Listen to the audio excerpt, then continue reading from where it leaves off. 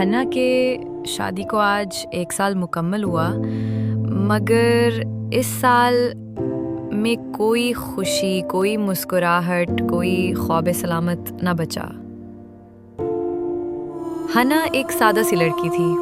ख्वाब देखने की आदत थी उसे, खास तौर पर शादी के बाद की जिंदगी के। माँ कहा करती थी, बेटी, शौहर का घर ही तुम्हारा असल घर होता है। वहाँ सबको अपना समझना, सबके लिए मुस्कुराना। हन्ना ने माँ की बात को दिल से लगा लिया। जब वो पहली बार ससुराल पहुंची, हाथों में मेहंदी थी, आंखों में चमक, दिल में उम्मीद। लेकिन वो घर घर नहीं था, एक कैद खाना था जिसके हर कमरे में सर्द रवैया और हर चेहरे पर बेरखी थी। सास की बातों में हमेशा नफरत होती।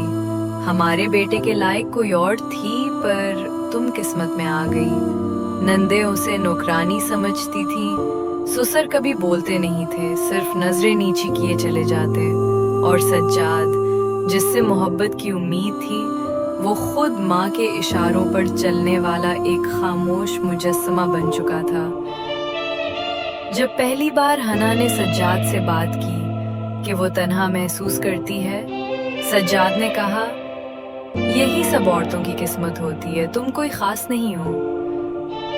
वो रात हन्ना ने बगैर आग झपके जाग कर गुजारी। सारी रात दीवारों से सवाल करती रही और जवाब में सिर्फ खामोशी मिली। माँ को कभी कुछ नहीं बताया, क्योंकि वो नहीं चाहती थी कि माँ का दिल टूटे। हर रोज नए जख्म, नई बातें और एक नया दर्द उसकी रूह को कुचलता रहा। फिर एक दिन थकन और दर्द ने उसका जिस्म तो नहीं, लेकिन दिल तोड़ दिया। सास के एक जुमले ने सब खत्म कर दिया। तुम्हारी कूक पांच है, तुम हमारे खानदान का चिराग नहीं जला सकती। वो लम्हा उसकी जिंदगी का सबसे खामोश चीख वाला लम्हा था।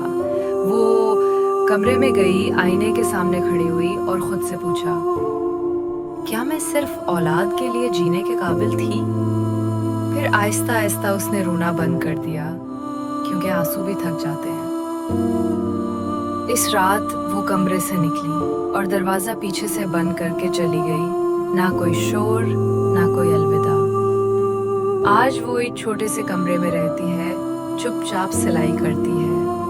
बात कम, सोच ज्यादा, कोई शिकायत नहीं, सिर्फ आंखों में एक सवाल है, क्या सब बेटियां ऐसे ही ख्वाबों के कफन पहनती हैं?